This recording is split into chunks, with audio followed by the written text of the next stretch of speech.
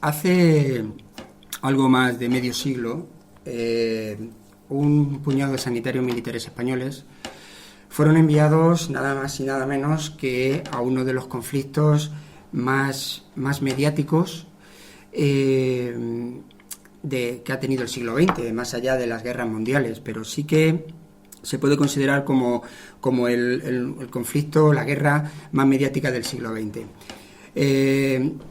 Fue un destino muy lejano, fue en el sudeste asiático, fue en Vietnam y, lo que he tratado de trasladar en este libro, en Good Morning, Gokon, una historia de españoles en la guerra de Vietnam, es que ocurrió en ese lustro, en esos 5 años que permanecieron los militares españoles en aquella zona, en aquel conflicto. Llegaron en 1966 y estuvieron hasta 1971. Fueron los años más duros del conflicto. Estados Unidos, durante un periodo aproximadamente de 10 años, tuvo un total de casi 58.000 bajas, muertes, miles de heridos. En el caso de los vietnamitas, entre la población civil y los guerrilleros del Vietcong y del ejército regular de Vietnam del Norte, la cifra ronda los 2 millones de bajas, los 2 millones de muertos. ¿Qué ocurrió? ¿Qué circunstancias se dieron para que este grupo de sanitarios militares españoles fueran a Vietnam? Pues eso es lo que voy a tratar de explicar en esta presentación de este libro. Se puede ver ahí detrás una fotografía en la que aparece la primera expedición, el primer contingente de sanitarios militares. Fueron 12. El gobierno español solicitó al alto Estado Mayor del Ejército un número de 14 voluntarios entre su personal sanitario, entre médicos y enfermeros. Pidieron un número de 14 por unos compromisos que Franco había adquirido con el presidente Johnson de Estados Unidos.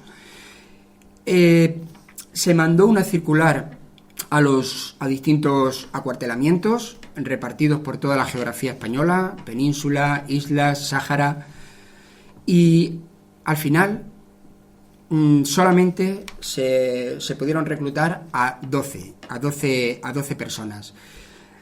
A este grupo de 12 sanitarios posteriormente se les conoció como los 12 de la fama, y es curioso porque se habla de fama cuando fue una misión que apenas se supo de ella en aquel momento.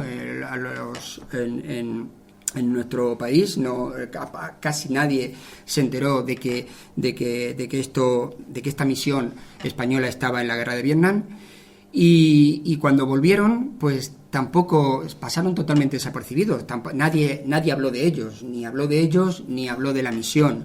Por tanto, es curioso y es paradigmático que a esta primera expedición se los conociera como los 12 de la fama. A lo largo de los 5 años que duró la misión, alrededor de 50 militares españoles pasaron por esta misión. En un primer momento iban para un año, pero al final, pues algunos de ellos se reengancharon al final de ese año, 4 concretamente, se quedaron allí durante otros 6 meses. 7 se volvieron, 8, eran 12, 8 volvieron, fueron relevados por otro contingente de médicos y enfermeros, y a partir del año y medio se siguieron haciendo relevos que aproximadamente duraron, a partir de ese momento, ya eran de 6 meses. Hasta el final de la misión, en el año 71, ya eran de 6 meses. Afortunadamente no hubo bajas, digo afortunadamente porque realmente estuvieron en un lugar y en una situación muy complicada, Y bueno, pues ciertamente hubo bajas en ejércitos de otros países. He comentado en el caso de Estados Unidos, lógicamente, que es en el que más muertes hubo, pero junto a Estados Unidos tuvo a su lado a aliados de Filipinas, de Australia, que tuvieron también unas bajas importantes, y sin embargo, pues afortunadamente en esta cincuentena de españoles que pasaron por allí, en el lugar en el que estaban, en la población, una pequeña población y provincia del mismo nombre, que era Gokón, de ahí el título del libro, Good Morning Gokón, pues manejando un pequeño hospital provincial, por el que pasaron miles de civiles vietnamitas a recibir su atención, y gracias a ellos miles de vietnamitas salvaron su vida. Estuvieron en un lugar que era utilizado, digamos que eran los tentáculos, llegaban allí de los afluentes del gran río Mekong. Muy cerca de esta población pasaba la famosa senda Ho Chi Minh. Esto era un lugar considerado casi de descanso para los guerrilleros del Vietcong. Ellos no solamente se cruzaban, como ellos mismos decían, y como el protagonista del libro, que es uno, ahora hablaré de él, el suboficial Ramón Gutiérrez de Terán, que es uno de los enfermeros que más tiempo permaneció en Vietnam, 3 años y medio de estos 5 que estoy diciendo, permaneció allí. Bueno, pues parte del libro se basa en sus propios testimonios.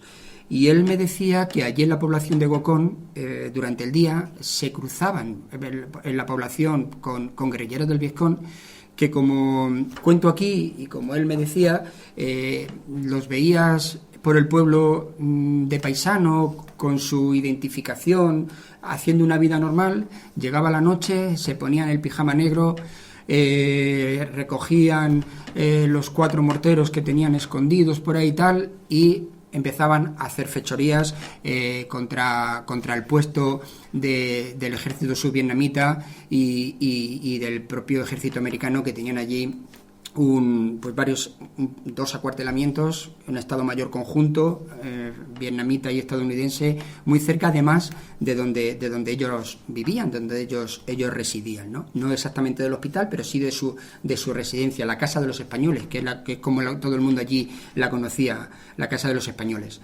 Pues muy cerca de la Casa de los Españoles estaba el Estado Mayor conjunto. Y en alguna ocasión pues hubo algún amago hubo tiroteos, y incluso durante la ofensiva del Tet a finales de enero del 68, pues estuvieron bombardeando y quisieron tomar por asalto, los guerrilleros del Vietcong quisieron tomar por asalto este Estado Mayor conjunto, y varios de los morteros cayeron en la residencia de los españoles. Luego, no es gratuito el decir que afortunadamente y que milagrosamente no hubo baja y salvaron todos su vida, ¿no? Aparte de que ellos también tenían que salir, era parte de su cometido, tenían que salir a atender a población civil en pequeñas aldeas diseminadas en la provincia de Gokón, que incluso a esas aldeas llegaban unas veces por carretera, caminos donde había incluso bandas de salteadores. Otras veces accedían por los afluentes del Mekong en barcazas que he visto fotografías y recuerdan un poco, salvando las distancias, pues aquellas famosas escenas de Apocalypse Now, cuando remontan el río en busca de aquel coronel que había enloquecido. Bien, pues esto, se arriesgaron, se expusieron, sabían a lo que iban hasta cierto punto, porque al principio pues tampoco recibieron demasiada información de a dónde iban y qué es lo que tenían que hacer, pero bueno, una vez allí pues esto, sabían lo que tenían que hacer y cumplieron con creces la misión que tenían encomendada, y además, bueno, pues recibieron los parabienes del ejército subvietnamita, del ejército norteamericano, y lo que era más importante para ellos, el agradecimiento de la población civil, que muchas veces, pues con pequeños obsequios, con una sonrisa, les agradecían lo mucho que estaban haciendo por ellos, ¿no? Y al fin y al cabo, pues en una población de 20.000 habitantes, pues todo el mundo se conoce, y todo el mundo al final termina sabiendo qué es lo que están haciendo unos extranjeros que han ido a caer por allí, que nadie les entiende, pero que no necesitan muchas veces hablar o entenderse para saber, pues, lo que le ocurre a un paciente, qué tratamiento necesita, una intervención, una intervención quirúrgica, en fin, que eso la gente lo agradecía, y al fin y al cabo muchos de esos pacientes al fin y al cabo eran familiares de los chicos, porque eran jóvenes en su mayoría, que formaban parte de las filas del Vietcong y que sabían que nada malo podían esperar de este contingente, de este grupo de españoles. Hay en el libro hablo de cine, porque lógicamente si Vietnam ha llegado hasta hoy mismo en el imaginario colectivo de la gente a suponer lo que supone, a diferencia de otra guerra como puede ser la de Corea una década antes, pues es precisamente, si está en el imaginario colectivo de muchísima gente y de muchas generaciones, es por muchos motivos. Por lo que esta guerra supuso en la sociedad, porque coincidió, pues, con los movimientos pacifistas, antibelicistas, contraculturales, que se desarrollaron prácticamente en todo el mundo, mayo del 68 en Francia, la lucha por los derechos civiles en Estados Unidos. Bueno, pues todo lo que este conflicto causó, el daño, la herida que causó a la sociedad norteamericana en aquel momento, y cómo repercutió todo esto, digamos, en general, en todo el mundo occidental, podríamos decir, ¿no? Pues eso de alguna forma quedó marcado en el imaginario, y si el cine ha recogido gran parte de lo que allí pasó, tanto en el propio Vietnam, en la jungla vietnamita, en Saigón, en la capital de Vietnam del Sur, o en el propio Estados Unidos, es por lo que esto supuso para la sociedad americana y, como digo, pues para el resto del mundo, ¿no? Entonces, el cine ha contribuido de una forma, creo yo, que muy importante a que ese imaginario siga muy presente en la actualidad. Si no, sería algo que hace tiempo se hubiera casi olvidado.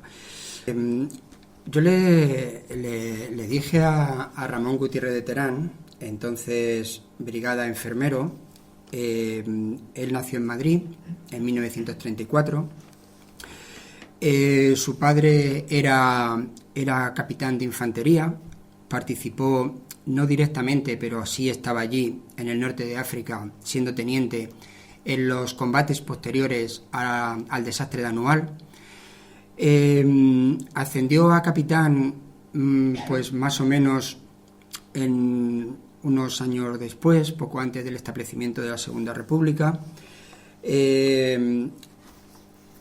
Pasó a la reserva y en 1936, al principio de la guerra, teniendo Ramón, el protagonista del libro, teniendo 2 años, pues su padre fue fusilado aquí en Paracuellos. Era padre de 6 hijos, y entonces pues Ramón nunca llegó a conocer a su padre. Estudió en el Colegio de Huérfanos del Ejército de Infantería en Valladolid, y al terminar el bachillerato intentó ingresar en la Academia General Militar. No lo consiguió, y allí mismo en Valladolid empezó a estudiar una carrera que comenzaba en aquellos años, que era la de ATS, la de ayudante técnico sanitario. La empezó allí, volvió a Madrid, que es donde estaba su familia, su madre y sus hermanos, para terminar el último curso en la Universidad Central de Madrid, lo que hoy es la Universidad Complutense. Aquí se graduó. Poco después, casi nada más terminar, opositó a unas plazas de sanitario del ejército. Esas sí que las aprobó. El primer destino que tuvo en el año 59, que fue cuando terminó, el primer destino que tuvo fue nada más y nada menos que al Sáhara, a la agrupación de tropas nómadas que había sido creada un mes antes, y en el Sáhara español estuvo 5 años.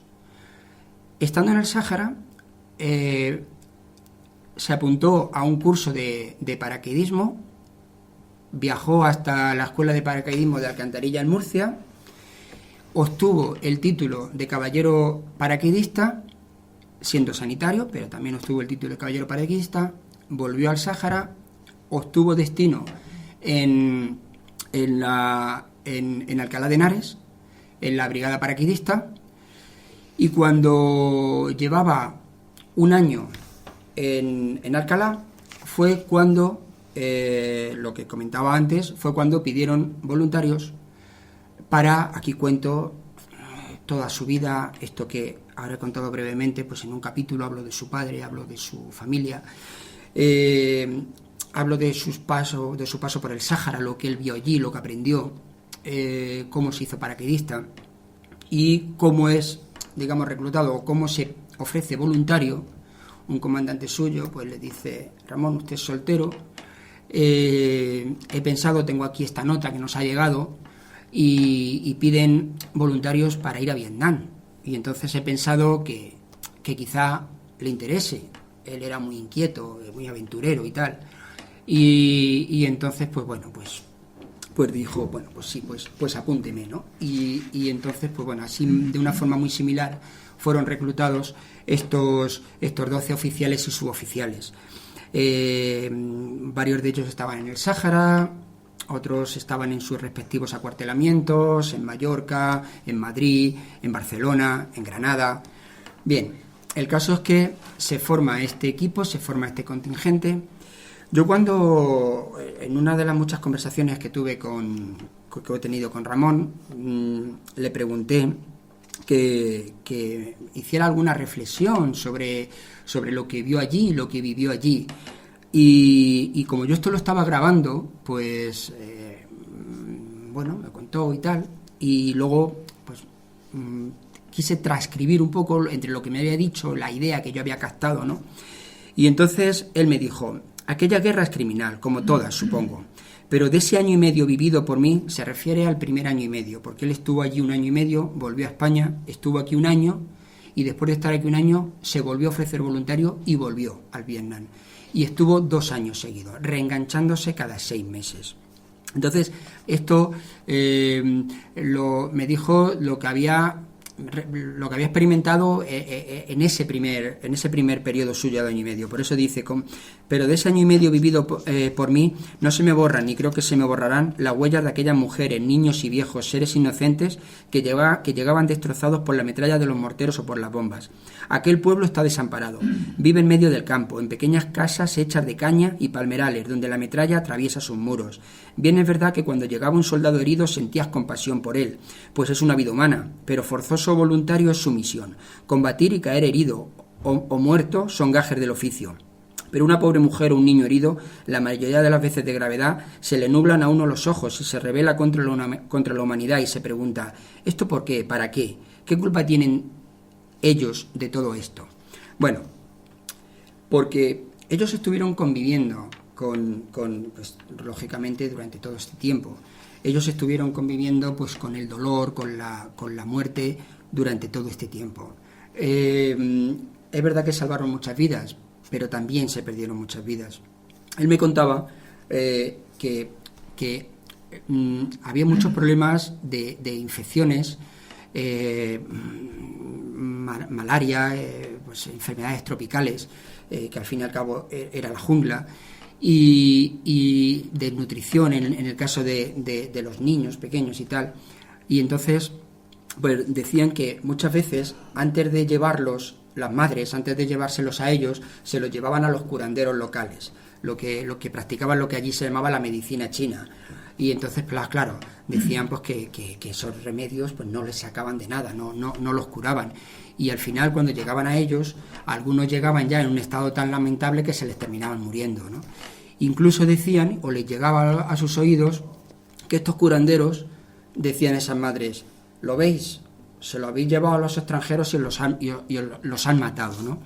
Bueno, pues con esto es un ejemplo de con lo que vieron allí, con lo que tuvieron que convivir. Hay un episodio, ellos atendían sobre todo a la población civil. Muy pocas veces se les llamaba para atender a soldados heridos en el campo de batalla, y mucho menos si eran norteamericanos, porque los norteamericanos tenían sus hospitales, los mejores hospitales de toda Asia, que estaban en Saigón, y tenían un sistema de evacuación médica que se puso precisamente en funcionamiento en Vietnam, a través de helicópteros, ¿no? Que en cuestión de minutos llegaban al lugar donde fuera que se había producido una refriega, una batalla, recogían a los heridos y en pocos minutos ya estaban en un hospital de Saigón, ¿no? De hecho, de esta forma se salvaron muchísimas vidas, pero lo hacían así. Solamente en una ocasión les llamaron para atender a un oficial americano, y es porque cayó herido allí en el propio Gokón. Es el caso del capitán Bernard Stanley Plaza, así se llamaba, un chico de Massachusetts de 26 años, que estaba formando al ejército subvietnamita, y estando allí en Gokón, en la misma población en la que estaban los españoles, trabajaba para el servicio de información. Recibieron la noticia de que había ciertos movimientos subversivos en la jungla cercana que rodeaba a la población. Fueron allí y bueno, pues recibió un disparo y claro, en ese momento sí que dijeron, ¿qué médicos tenemos aquí o qué sanitarios tenemos aquí más cerca? Pues a los españoles, y llamaron a los españoles. Yo este episodio, al que casi le dedico un capítulo entero en el libro, me gustaría destacar al menos un par de párrafos, porque también me gustaría que de alguna forma se viera cuál es el lenguaje o el estilo que utilizo para narrar esta gesta que yo llamo, porque fue una gesta humanitaria, pero una gesta de estos militares españoles en Vietnam. No es un ensayo al uso, es casi, se podría definir casi como una novela de no ficción. Aquí nada de lo que se cuenta es ficticio, ni nada de lo que se cuenta es inventado, pero yo creo que sí que yo quería que se leyera como si se estuviera leyendo una novela. El capítulo que dedico a este episodio empieza así. Quienes le conocían ensalzaban su nobleza. Decían de él que siempre obraba como un perfecto caballero, que llegado el caso podría haberse presentado a las elecciones presidenciales de Estados Unidos y haberlas ganado. Alto, apuesto y poseedor de una contagiosa sonrisa, su inteligencia y carisma resultaban arrolladoras. Sus amigos le llamaban Bernie. Para el resto del mundo era el capitán Bernard Stanley Plaza. Así empieza el capítulo en el que describo a este oficial norteamericano, que fue al único norteamericano que atendieron los españoles y que desgraciadamente no pudieron hacer nada por él. En el párrafo donde cuento cómo fue herido, digo lo siguiente. En el momento habían entrado en esa pequeña jungla, y había un francotirador apostado en la copa de un árbol. Entonces, cuando ellos entraron, digo, Bueno, el capitán Plaza formaba parte del grupo de asesores estadounidenses que se internó en el corazón de la pequeña jungla que circundaba Gokón. En el momento crítico, mientras Bernie establecía contacto por radio, una bala impactó directamente en su cabeza. El disparo, certero, procedía de un francotirador apostado en la copa de un árbol. La acometida fue brutal.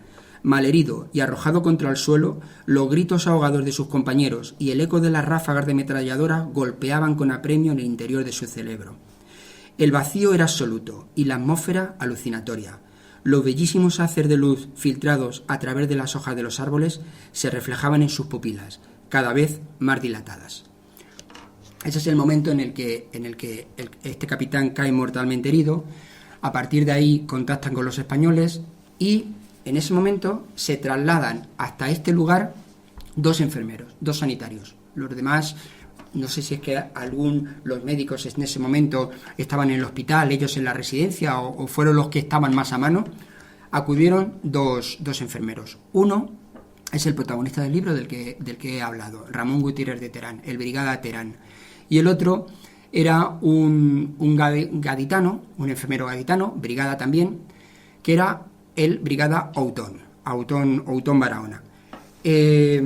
Bueno, pues llegaron allí, los compañeros del capitán ya le habían sacado a una pequeña pista, un despejado que había allí, que era una pequeña pista donde aterrizaban los helicópteros, y al mismo tiempo también habían dado aviso a los helicópteros.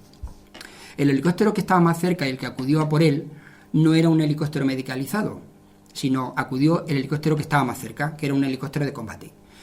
Entonces, como no había tampoco personal médico a bordo, les pidieron a los 2 españoles que montaran y que hicieran lo que pudieran hasta que llegaban al hospital de Saigón. El vuelo duró aproximadamente 15 minutos. La distancia entre Gokón y Saigón era de unos 60 kilómetros. Hacer aquello por carretera era impensable, aparte del peligro que suponía, pero en un caso como este, y los americanos nunca se arriesgaban a eso. El viaje aquel, como digo, duró un cuarto de hora, y aquí explico lo que intentaron ellos. El capitán tenía prácticamente la cara destrozada. El disparo fue en la cabeza.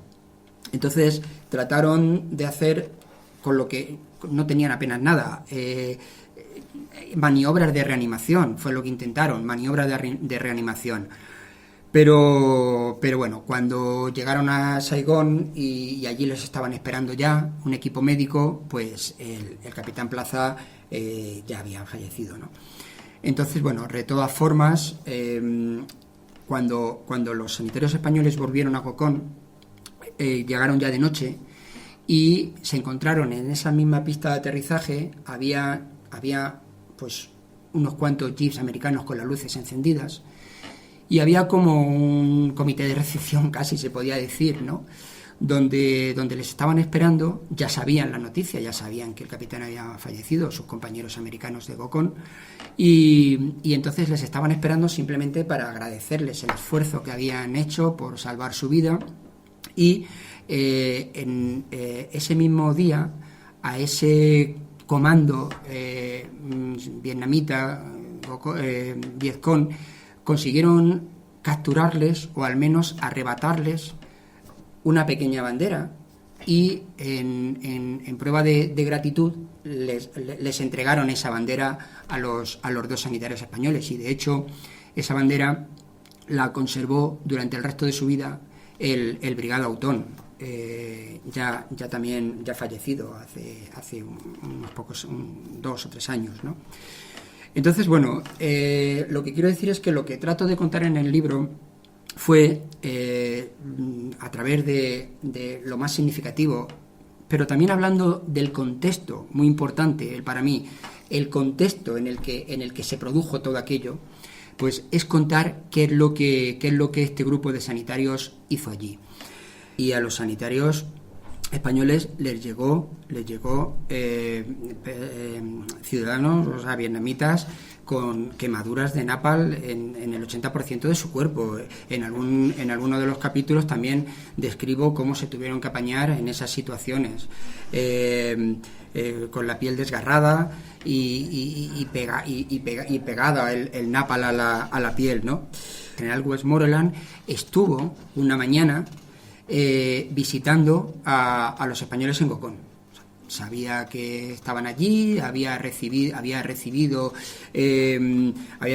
por parte de un coronel de Estado Mayor que estaba en Gokón noticia al principio llevaban allí 2 meses los españoles, habían recibido noticia de que, bueno, pues a los españoles les faltaba casi de todo, no se habían ido con lo puesto y reclamaban una mayor atención y poder disfrutar de las mismas ventajas de las que disfrutaban los soldados americanos allí desplazados. Y entonces, pues bueno, pues un día les comunican que el general Westmoreland les va a visitar. Entonces hay una fotografía que va a aparecer después en la que se ve al general Westmoreland rodeado de los sanitarios españoles. Y comentaba antes que uno de los momentos más críticos para ellos, más peligrosos, de mayor tensión, fue durante la ofensiva del Tet. Se produjo entre finales de enero y principios de febrero del 68. La ofensiva del Tet fue una gran ofensiva, como su nombre indica, preparada desde el gobierno de Vietnam del Norte para, digamos, acabar de una vez por todas con aquella guerra y echar a los americanos de Vietnam a través de una ofensiva que se iba a producir en las más importantes capitales de todo Vietnam del Sur. Una acción combinada de guerrilleros de Vietcong y de ejército regular de Vietnam del Norte. Hay unas escenas también que dieron la vuelta al mundo, que fue como en el propio Saigón varios comandos de guerrilleros incluso tomaron la embajada de Estados Unidos. Y esas imágenes dieron la vuelta al mundo en aquel momento. Bien, pues esto se produjo durante la ofensiva del Vietcong, de la ofensiva del Tet, perdón. Entonces, como también le dedico un capítulo a esto, y en un par de párrafos que me gustaría también comentar, cuento qué fue la ofensiva del Tet y qué pasó en esa residencia de los españoles aquella noche que varios morteros cayeron donde ellos estaban durmiendo. El capítulo que dedico a la ofensiva del Tet comienza así. Pocos podían imaginar que aquella última semana de enero de 1968 pudiera deparar algo distinto a una ineludible tregua en las hostilidades, y con ella un atisbo de sosiego y felicidad para los vietnamitas y, por extensión, para todos los que circunstancialmente compartían su suerte en aquella castigada porción de tierra. Para los primeros supondría además un respiro de las tareas cotidianas, pero también una ocasión para el reencuentro y las celebraciones familiares, para el intercambio de presentes y, cómo no, para los festejos patrióticos y la renovación espiritual. Porque todo Vietnam, de norte a sur, se paralizaba durante la festividad del Tet, el Año Nuevo Lunar, el acontecimiento más relevante y anhelado del calendario vietnamita. Precisamente aprovecharon ese momento, es como si aquí dijéramos pues que se produjo durante la Navidad o durante la Nochevieja, pues el lanzar esto, ¿no? Y un poco más adelante, precisamente, unas páginas más adelante, dice: apagados los ecos de la ofensiva. Esto es algo que pasó después de la ofensiva. Sí, esto es algo que pasó después de la ofensiva, donde el propio Ramón fue testigo y además lo pudo grabar con su cámara. Fue testigo de cómo el ejército, los soldados del ejército de Vietnam del Sur, pues se vengaban de algunos de los prisioneros que consiguieron capturar en el Vietcong. Y dice: apagados los ecos de la ofensiva, algo captó la atención de Ramón en plena calle. Cerca del mercado, mientras paseaba con su cámara tomavistas tomando el pulso de aquella atípica festividad del Tet, decenas de personas, la mayoría niños en pantalón corto, se arremolinaban alrededor de una batería de cuerpos inertes tendidos en el suelo, rígidos y descalzos, unos junto a otros, en una macabra escena convertida en morboso y recreativo espectáculo. Se trataba de algunos de los guerrilleros muertos durante los ataques de las últimas jornadas. Invadidos por la curiosidad, Ramón se acercó al grupo al tiempo que dos sonrientes soldados vietnamitas le franqueaban el paso. Era el trofeo de guerra de los vencedores, una formación de sucios y desaliñados trofeos. Los curiosos miraban, reían, señalaban. Incluso alguien había colocado un cigarrillo encendido en los amoratados y gélidos labios de uno de los cadáveres.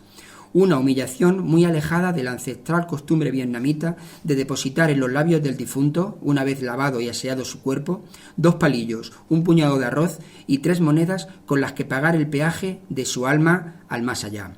No había piedad con los vencidos, en ninguno de los dos bandos.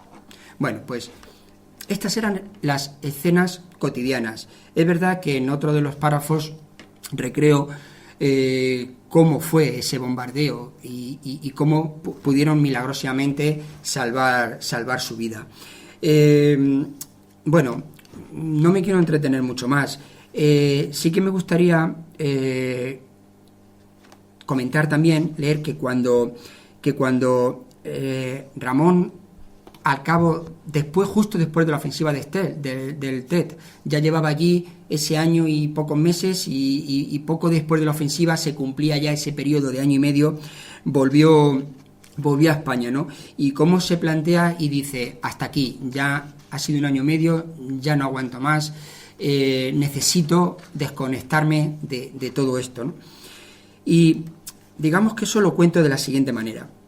Para un soldado estadounidense en Vietnam, la jungla representaba su peor pesadilla. Y si bien es cierto que muchos de ellos apenas la abandonaron con vida durante sus 12 meses de compromiso con la patria, no es menos cierto el hecho de que otros miles justificaran su permanencia en aquel condenado escenario completando tareas burocráticas o labores de intendencia en el entorno seguro de una base militar o una dependencia administrativa de Saigón o de Da Nang. Para Ramón, como para el resto de sus compañeros, el entorno seguro siempre fue una quimera. Habían convivido con el enemigo en el corazón del delta del Mekong, refugio de insurgentes amparados por la selva y tocado por uno de los tentáculos de la ruta Ho Chi Minh, sometidos a las miradas escrutadoras de una población que respetaba su trabajo, pero que juzgaba cada uno de sus movimientos. Se habían adentrado en las entrañas de una selva atestada de trampas, en un país donde las convenciones internacionales nadaban en la impudicia. Habían combatido a la enfermedad y a la muerte desde un viejo hospital de aire colonial, abrigo y esperanza de guerrilleros, huérfanos y desamparados. Habían visto cuerpos destrozados y sentido en los suyos propios y en sus propias almas el terror y el vacío provocado por las bombas de mortero cayendo literalmente sobre sus cabezas. Se acabó, vuelvo a casa, resolvió Ramón Gutiérrez de Terán. Y aún así, incomprensiblemente, tomar una decisión de este calado le resultó mucho más difícil de lo que esperaba. Si abandonas un lugar como este es para no volver jamás, se decía a sí mismo. O al menos eso creía en aquel momento. Eso creía en aquel momento porque un año después volvió.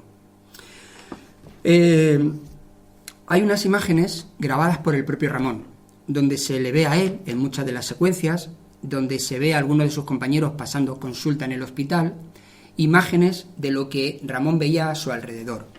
Incluso me parece que en una de las secuencias aparece esta truculenta escena de los cadáveres apilados en una calle rodeados por gente burlándose de ellos, ¿no?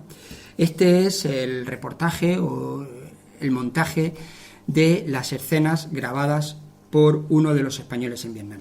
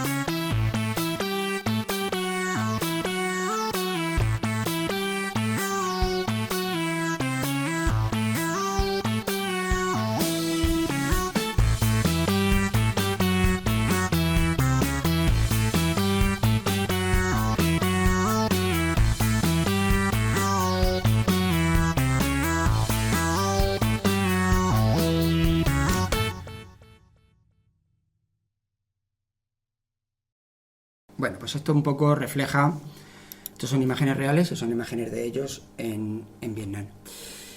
Y bueno, pues poco más. Todo eso se cuenta aquí, con este estilo que creo haber trasladado con estos pocos párrafos que he leído. Y bueno, he preparado una última batería de imágenes, que en este caso son fotografías, que reflejan muy bien lo que allí ocurrió y reflejan además lo que se cuenta en el libro. La galería de imágenes se divide en dos partes. La primera son imágenes de la propia guerra, de los estadounidenses, y llega un momento, se ve porque aparece en la portada del libro, en la que a partir de ese momento todas las fotografías que aparecen hasta el final son de los españoles en la misión. Ahí se los ve a la mayoría de ellos, sobre todo a los 12 de la fama, que son los integrantes del primer año, los que iban a lo desconocido, los que iban a la aventura sin saber lo que se iban a encontrar. Podían haber muerto a las 2 semanas de estar allí. Y luego cuando los compañeros supieron pues que bueno, que al fin y al cabo, y cuando ellos pudieron regresar y contar lo que allí hacían, bueno, ya no hubo tantos reparos a la hora de que aparecieran nuevos voluntarios. Pero el libro no solo, pero sobre todo está dedicado a este primer contingente.